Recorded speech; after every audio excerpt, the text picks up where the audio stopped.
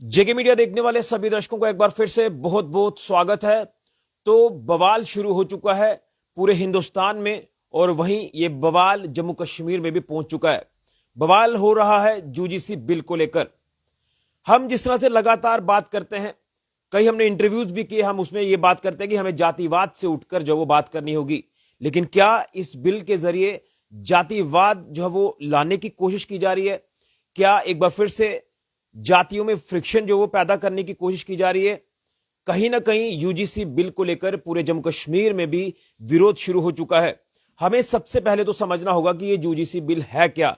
University grant commission को लेकर जब हम बात करते हैं और कई कुछ चीजें जो वो हमें कैंपस में देखने को मिलती हैं, लेकिन जिस तरह से ये बवाल शुरू हुआ है तो अब एक ही सुर में तमाम स्वर्ण जातियां ये कह रही हैं कि हम इस बिल को पास नहीं होने देंगे, इस बिल को रोल बैक किया जाए, यानी इस बिल को वापस लिया जाए। इसी के ऊपर हम आज चर्चा करेंगे। हमारे साथ मौजूद हैं कांग्रेस पार्टी के सीनियर नेता संदीप शर्मा जी। इनसे जानने की कोशिश करते हैं कि क्या कुछ कहेंगे। सबसे पहले इस बिल को समझने की जरूरत है और कहां लग रहा है कि बवाल इस बिल को लेकर हुआ है, यह भी जानने की कोशिश करेंगे। बहुत बहुत स्वागत है संदीप जी आपका। और बड़ा इंपॉर्टेंट है, इस समय हिंदुस्तान में ये चर्चा इस बिल को लेकर लगातार हुई है। विरोध पूरे हिंदुस्तान में हो रहा है, लेकिन अब ये विरोध अब जम्मू कश्मीर में भी देखने को मिल रहा है, यानी बवाल जम्मू कश्मीर में पहुंचा है। तो सबसे पहले तो हमें समझना होगा कि ये यूजीसी बिल है क्या, लोगों को समझाने की जरूरत है। और वाकई में हमने जातिवाद से उठकर बात करने की कोशिश की थी, लेकिन इसमें कहीं ना कहीं जाति फ्रिक्शन जो वो लगातार हमें देखने को मिल रही है। क्या कहेंगे इसको लेकर? ऋषि जी बहुत बहुत धन्यवाद। जो ये बिल यूजीसी बिल का जो गठन किया गया, इसकी शुरुआत मैं आपको बताता हूं। जब पहले जो SC/ST एक्ट हुआ करता था, तो एक छात्र रोहित बेमुला ने आत्महत्या की थी, तो वो सुप्रीम कोर्ट की गाइडलाइन पर उन्होंने उस SC/ST एक्ट को और मजबूत करने की कोशिश की थी। कहीं ना कहीं उच्च शिक्षा संस्थानों में जातीय भेदभाव देखा गया है, क्योंकि इसको हम नकार भी नहीं सकते।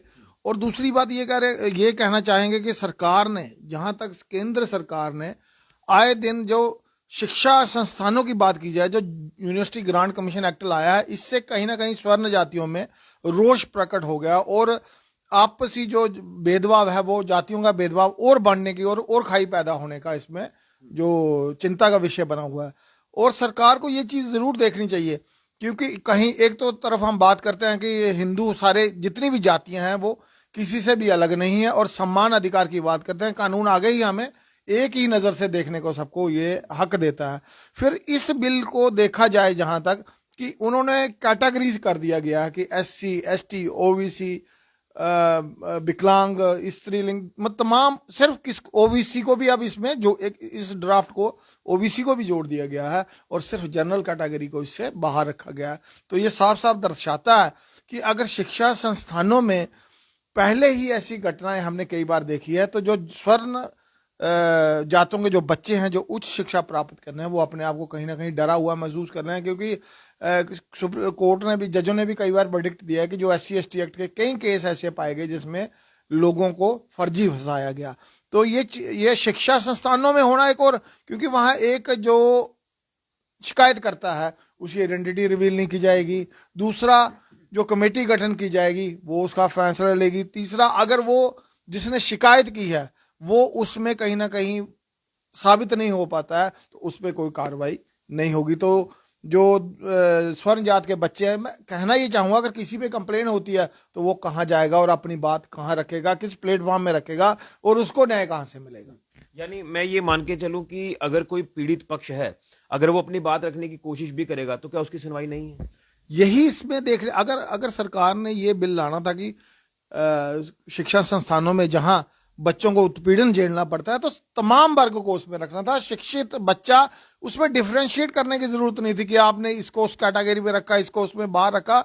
मैं तो ये कहता हूं वो शिक्षा ही किसी काम की नहीं है। जब PhD कर रहे छात्र आपस में जातीय मतभेद करें तो हमें इस देश की शिक्षा पे भी संदेह हो रहा है कि जब शुरू में, अब फर्स्ट क्लास से बच्चा पढ़ता है, तो हम भी जब विद्यार्थी थे हमें कभी, हमने नहीं किया, ना हमारे साथ किसी ने किया, ना हमारे साथ कोई पढ़े भी होंगे तो हमने भेदभाव नहीं। आज भी बच्चे एक ही टिफिन में खाना खाते हैं जब वो 10th करते हैं, 12th करते हैं। अब ये बात आती है PhD तक की कि इतनी पढ़ाई करके भी आपको जातीय भेदभाव आप कर रहे हो, जहां आपको सामना करना पड़ रहा है।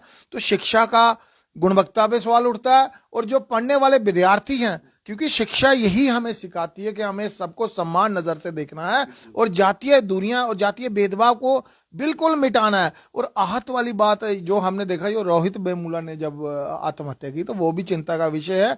अब मैं पीछे यूपी में देख रहा था, एक छात्रा है जिस गोल्ड मेडलिस्ट है एमएससी में, तो उनपे SC/ST एक्ट लगा दिया गया, जबकि वो वहां थी ही नहीं। और उसको अब कहीं ना कहीं थाने या पुलिस, क्योंकि हमारे जम्मू कश्मीर में आज तक किसी ने जातीय भेदभाव किया है ना किसी ने देखा है, लेकिन इसकी आग जो है वो अब जम्मू कश्मीर तक पहुंच गई है।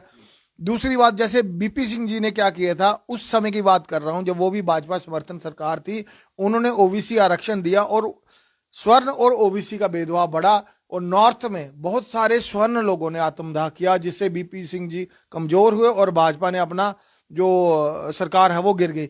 आज ही मुझे कहीं ना कहीं ये लग रहा है कि भारतीय जनता पार्टी या तमाम केंद्र में बैठे लोग वो दूरियां बढ़ाने की कोशिश कर रही है। जातियों को जितना हो सके उतना ही हमें एक समान, एक नजर से, एक शिक्षा संस्थानों में पढ़ के प्रेम से रहना चाहिए। लेकिन अभी सवाल ये भी उठ रहा है ना कि आखिर इस बिल को लाने की जरूरत क्या पड़ी।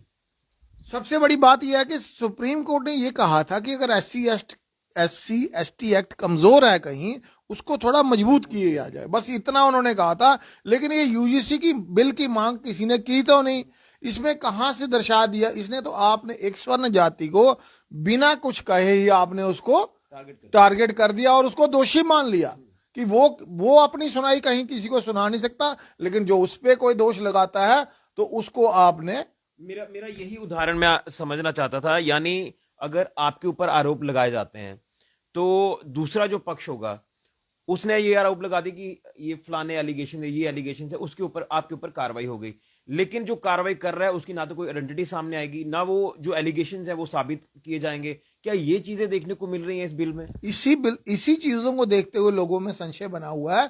सबसे बड़ी चिंता की बात यह है कि अगर आप दोषी नहीं पाए जाते हो तो आपका समय खराब होगा, आपका टाइम खराब होगा, आप मेंटली डिप्रेशन से गुजर सकते हो, आप अपनी पढ़ाई सही तरीके से नहीं कर पाओगे जब तक वो इंक्वायरी कमेटी चलेगी। तो वो बच्चा तो प्रताड़ित होगा ना, जिसके जाति के आधार पर हरासमेंट तो हो ही जाएगी, लेकिन उसका करियर कहीं ना कहीं दांव पर लगा होगा। उसके बावजूद मुझे सबसे बड़ी सोचने वाली बात यही है कि अगर हमारे कानून जो लॉ मेकर हैं उन्होंने ऐसी वोट साधने के लिए, मुझे लगता है कहीं ना कहीं ये किया गया कि शिक्षा में भी राजनीतिकरण, जो जातीय समीकरण, जातीय भेदभाव नहीं, मैं कहूंगा जातीय वोट बैंक साधने की कहीं ना कहीं ये स्थिति वही बीपी सिंह वाली आ गई है, जिन्होंने मंडल कमीशन को बिना कुछ सोचे समझे लागू कर दिया गया। अब हमारे जो जितने भी चुने गए जो स्वर्ण सांसद हों, बहुत सारे आपने देखा यूपी में लोगों ने इस्तीफे देना शुरू कर दिया, चाहे आईपीएस देखे मैंने, एक तिवारी जी उन्होंने भी दे दिया। तो सरकार को यह सोचना चाहिए कि हिंदुस्तान किस दिशा में जा रहा है। 2026 का भारत भी जातीय भेदभाव अगर झेल रहा है तो ये चिंता का विषय है। इसको दूर करने का फार्मूला निकालना चाहिए, ना कि इसमें खाई बढ़ाने का फार्मूला निकालना चाहिए। और ये हमें तो बचपन से यही सिखाया गया किताबों में भी, और अगर कहीं किसी के साथ कोई गलत होता है तो सारे समाज को उसके साथ खड़ा होना चाहिए। और कोई भी किसी को जाति सूचक शब्द से इस्तेमाल करता है तो उसका आवश्यक उसको जो दंडनीय अपराध जो माना जाएगा। और कभी भी किसी को उसके ज्ञान पे, उसके बल पे, उसके नंबरों के अंका जाए, ना कि किसी को जाति के सम्मान में ना। तो बिल्कुल हम इससे पहले, जैसे मैंने जातिवाद को लेकर बात की कि हमें जातिवाद से उठकर बात करनी है, हमें सबको इकट्ठे लेकर चलना है। लेकिन ये कहीं ना कहीं ऐसा लग रहा है, जो आप भी कह रहे हैं, कि इसमें फ्रिक्शन कहीं ना कहीं नजर आती है। और हम इससे पहले धर्म विशेष से उठकर भी बात करने की कोशिश करें, क्योंकि हम सबको साथ लेकर चलते हैं। लेकिन क्या नुकसान अब जिसमें हम इसमें देख पा रहे नुकसान होगा इसका, तो अब कांग्रेस पार्टी का क्या स्टैंड रहने वाला है इसको लेकर? कांग्रेस पार्टी इसमें अपना स्टैंड अभी जो भी है, इसमें यह देखना जरूरी होगा कि सरकार इस बिल को जो है रोल बैक करे। और कांग्रेस का यही मानना है, कांग्रेस पार्टी कहती है कि सब जातियों को समान अधिकार मिले और सारा समाज इकट्ठे होकर चले। जैसे पिछले दिनों आपने देखा, मैं एक बात आपको इससे जोड़ना चाहूंगा कि जेएनयू में नारे लगे थे, ब्राह्मण बनियो भारत छोड़ो, तिलक तराजू तलवार जूते चार मारो चार। तो कहने की बात है, ये जो राजनीतिक लाभ लेने की कोशिश जो लोग कहते हैं, समाज को बांटने की कोशिश करते हैं, कहीं ना कहीं केंद्र सरकार ने शायद ये सोचा होगा कि इस बिल को लाने के बाद SC ST के लोग एक तरफा होकर उनको वोट देंगे और वो 400 पार की जो उन्होंने सोचा हुआ नारा दिया था वो अचीव करने की कोशिश करेंगे। लेकिन राजनीति भी मुझे लगता है कहीं ना कहीं लोगों को बांटने की कोशिश करती है, क्योंकि तमाम राजनीतिक दल जो उससे ऊपर उठ के देश के साथ चलना चाहिए, ना कि जातियों को जाति। अब हमारी कॉन्स्टिट्यूंसी की बात की जाए, सांबा की बात मैं कर रहा हूं, जब ये 40 साल जब ये कॉन्स्टिट्यूंसी रिजर्व रही तो तमाम लोगों ने वोट डाले। एक जातीय वोट के साथ कोई भी आगे बढ़ के राजनीतिक पॉलिटिकल रिजर्वेशन होता है और पॉलिटिकल रिजर्वेशन में कितने सब लोग मिलके वोट करते हैं और वो आदमी जीत के आता। आज भी जितनी सीटें रिजर्व हुई वो भाजपा को मिली और भाजपा फिर स्वर्ण लोगों ने भी तो उसमें योगदान दिया होगा, तभी तो भाजपा सत्ता में आई होगी। लेकिन सोचना यह है कि बार बार लोगों का इस्तेमाल अपनी राजनीति के लिए किया जा रहा है और ऊपर बैठे लोग ये सोचते हैं कि कहां से इन वोटों से ध्रुवीकरण करके हम अपनी सत्ता को कब बनाए रखें और लोगों को आपस में जो बांटने की राजनीति करें। जब हिंदू एकता मंच की बात आती है, जब हिंदू सम्मेलन की बात आती है, तो भारतीय जनता पार्टी के लोग गांव गांव जाके हिंदू एकता सम्मेलन करते हैं। तब वो लोग क्यों नहीं बोले कि ये सारे समाज जब है तो हिंदू भी, चाहे वो SC है, ST है, OBC है, चाहे जनरल है, वो एक ही समाज से आता है, आप भी उसको बांटने का कार्य ना करें। तो हमारा मानना यह है कि जातीय समीकरणों से ऊपर उठकर राजनीति होनी चाहिए। शिक्षा में जाति का कोई रोल नहीं होना चाहिए और कोई भी अगर शिक्षक या कोई विद्यार्थी किसी के साथ जातीय गत या को उसको जाति सूचक शब्द का इस्तेमाल करता है तो उसके खिलाफ कड़ी कार्रवाई हो। चलिए, बहुत धन्यवाद। तो आपने समझने की कोशिश भी की है कि इस UGC बिल में है क्या। तो यहां पर ये बताने की कोशिश की जा रही है कि भाई अब जो शिक्षा के संस्थान है वहां पर भी अब जातिवाद के आधार पर ये चीजें जो वो देखने को मिलेंगी। ये एक अलार्मिंग आप कह सकते हैं, एक चिंता का विषय आप कह सकते हैं। तो इसमें केंद्र सरकार को जो है वो सामने आना होगा। केंद्र सरकार को इसमें जो है वो संशोधन जरूर करना होगा, क्योंकि इससे पहले लगातार हम जो बात करते थे वो हम करते थे कि हमें सभी धर्मों को साथ लेकर चलना है। लेकिन अब एक बार फिर से ये जो जातिवाद वाला ये जो शब्द हमें देखने को मिल रहा है ये हानिकारक हो सकता है। और यहां पर अब यूं कहें तो जो स्वर्ण जाति के लोग हैं वो अपने आप को टारगेट महसूस कर रहे हैं कि इसके बिल के जरिए वो टारगेट होंगे। हालांकि मैं फिर कहूंगा कि सभी जितने भी अलग अलग जातियों के लोग हैं वो हम सब इकट्ठे रहते हैं, लेकिन इस बिल के जरिए जो किसी को राजनीतिक लाभ पहुंचना है या इसमें क्या चीजें हैं, इसमें केंद्र सरकार को बड़े लेवल पर इंटरवेन करना होगा।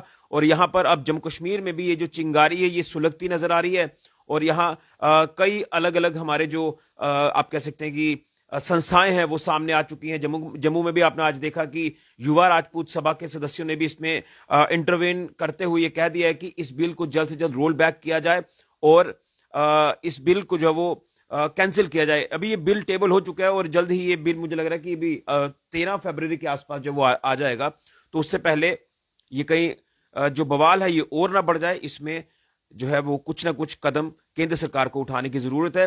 जातिवाद जो ये इससे फ्रिक्शन होगी जातियों में, ये एक चिंता का विषय। तो जिस तरह से जम्मू में भी आज आपने देखा कि युवा राजपूत सभा के सदस्य भी सामने आए, तो ये मुझे लग रहा है कि खुलकर विरोध भी आने वाले वक्त में होने वाला है।